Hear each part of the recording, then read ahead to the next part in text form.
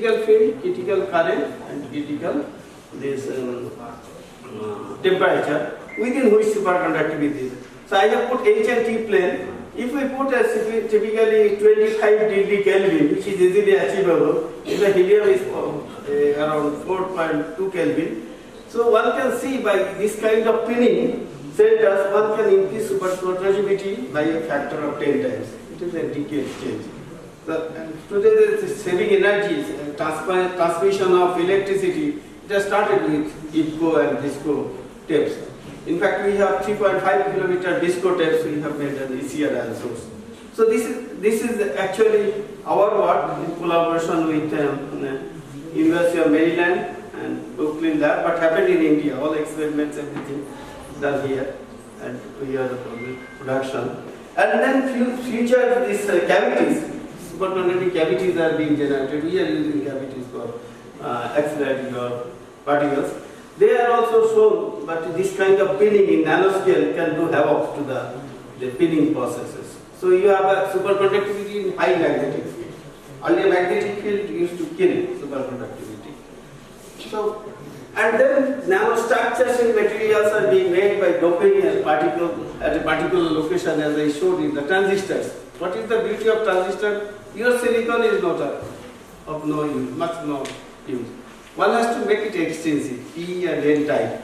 The doping is very important. Having a nanophosphor, we have to dope a particular element. So suppose chromium, dysprosium, depending on the case. So one can dope this kind of thing by putting ion beam and activating by radiation. So what kind of time scale it takes? A particular nanocrystal develops of a 10 to the power typically -9 seconds. These times are also very important. Because when we take a stroboscope, we can stop a car engine like that temporarily. We can see how it is moving. We can stop a fan. So these are stroboscope in nanosecond, picosecond scale. So if you see the stroboscope, so this kind of nucleation time and then the tap cooling time is adjusted by putting particular ion, particular speed. You can have nanostructure developed in 3D, X, Y, Z, and these beams actually interact in few angstrom scale. Fraction of a nanometer, it is diameter of the ion typically, and due to this diffusion, this is a very like a delta function, typical high transient temperature develops, it diffuses by few more angstroms, so it controls within nanometers. So these are the fields, these are some of the fields I mentioned, and this is a beautiful nanocrystal, typically 2.3 nanometer to 2.4 nanometer scale. These are embedded in silicon oxide substrate is shown. So these are the nanostructures which are being developed. These are the practically space quality devices. One can develop a layer, nano layer inside the silicon substrate. What happens if you say transistor? Earlier days it used to be told when we had a computer in 90s that one has to remove the shoe to enter the computer room or a clean environment. Today computers are available in your gas stations. When you fill up, you check your pollution also. So these are possible on APFI engine. These are possible to make inside silicon a buffer layer in nanoscale. Then the silicon can work at more than 100 degrees Celsius, 150 degrees Celsius, and which are needed for this like warfare or in the desert or electronics, rugged electronics. These are a bit costly today, but processing is continuously being improved. Now we can get the chips which can work in APFI regularly in our car, So these are today possible due to this technology coming and becoming cheaper. There are other methods, smart card. It has come to many as processors. Now this nano processors has made it very easy to make. So this is synergy of physics, chemistry, and chemical and engineering together working. So today you get a good car, smart car. It is full of sensors. It actually adjusts your even car, can stop. It has all the security is built in. Cameras also front, back, and all stoppers. All of these electronics are working at extreme environment. That is the beauty. And this kind of electronics, one can have, you have heard about nanodots, nanostructures, all these things are developed over the last decade.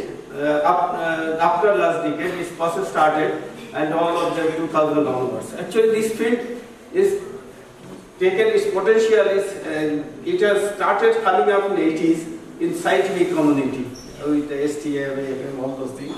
But it is taken in government scale with high impetus in 2000 onwards, typically late 90s. So this kind of all structures or different things are developed. And for keynote, I am not going in particular. Each one can go to a talk by itself. So my idea is to give with a short time flavor of the field, how it is emerging from certain direction. Because this once it is made, you understand it. Like science, once understand something, earlier they are all science together. This is natural science. Then we talked into physics, chemistry, biology, all those things. They are pillars of science, but they are all interlinked. Once you can control, you can put a drug, you can look one element in the drug. Like cheaper process also comes. Like once we do a structure in MD, initial all these semiconducting structures were meant molecular beam efficiency for pure physicists, and then it's an emissivity. It produces large number, price comes down. Today you are getting diode light so cheap.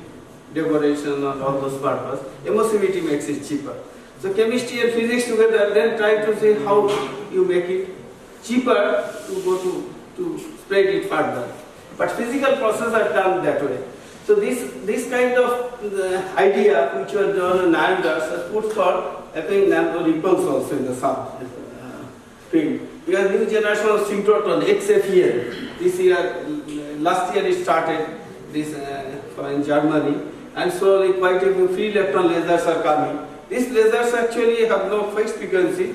You can change the frequency all through from IR to X-ray by adjusting particle velocity. So these lasers are for free electron lasers. Electron being accelerated to particular position, put to an undulator, you have laser wherever you want. Because these lasers which if somebody says me helium laser, then I know it is red. If somebody says me argon laser, I know it will be blue or green light.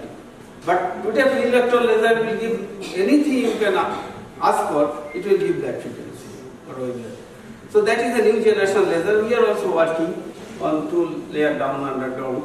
The big free electron laser facility is coming to our center, first one in the country. But there are few come. The first started in Japan. So this kind of this futuristic dating. These are made there. So these are the 2 gentlemen who has a huge contribution to this growth of this field in direct space.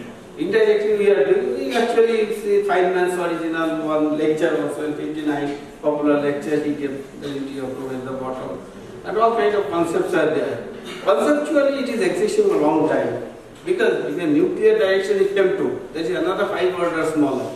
So if you, atom is Angstrom. So nano is much bigger scale. So physics wise, this is not good. Physics, technology and then production, all this comes together, then becomes popular. And then you get funding and you get it connect to the society. So that's the string theory. Today it is not connecting to the society. So societal connection takes its time. So these are the 2 gentlemen who work differently, and they made one nice comment. They never saw a microscope, no SEM, no TEM in their life. They thought differently.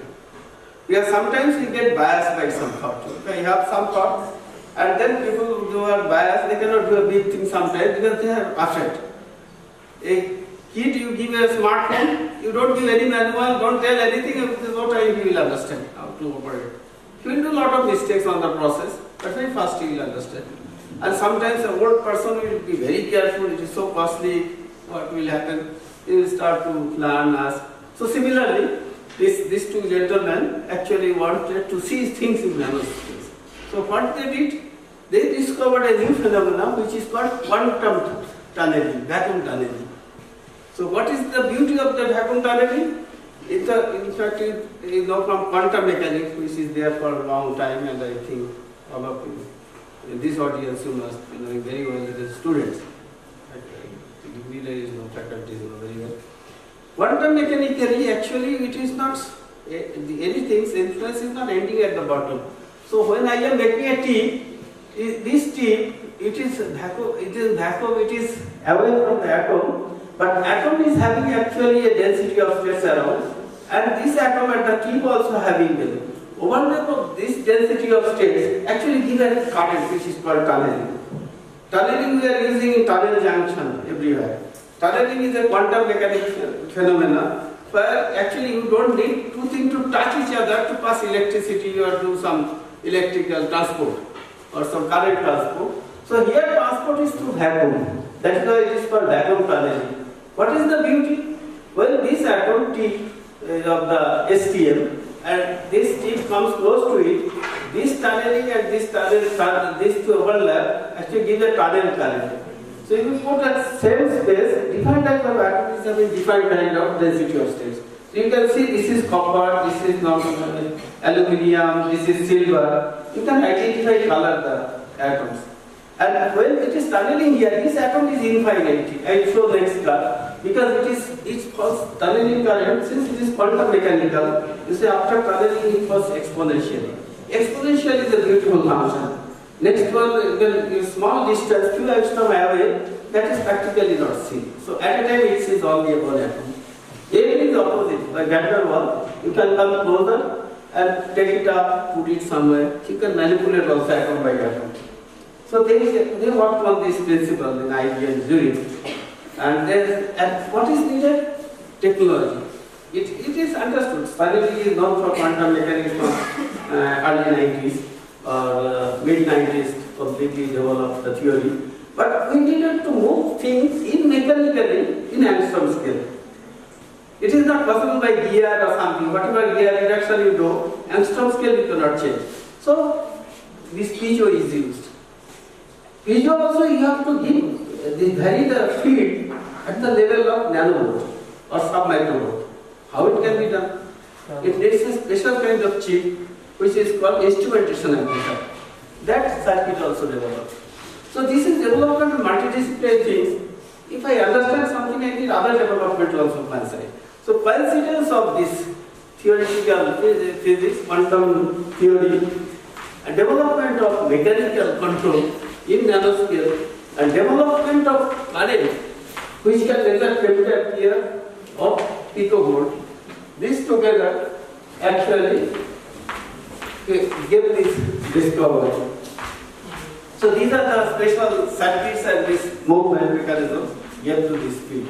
And this is the variation of the tunneling current in the tunnel bed, which is important, which gave this rise to the nanotechnology so-called in devices.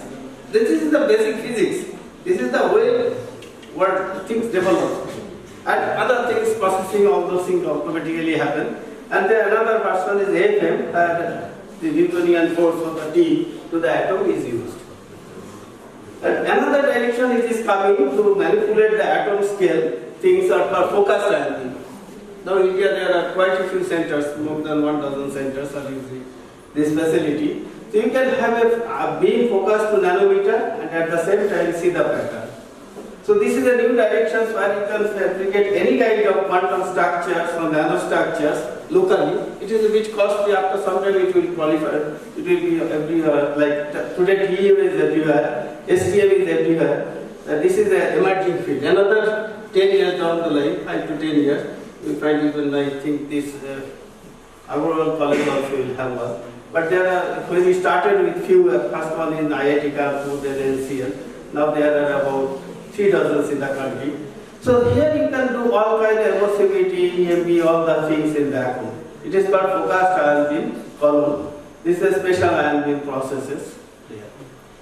So this conclusion is that nanostructures, materials and devices is an interdisciplinary. It has to be understood very well. And my idea was there to give a flavor how interdisciplinary thinking works. And it will impact all disciplines, from biology, cancer therapy, it is coming a big one.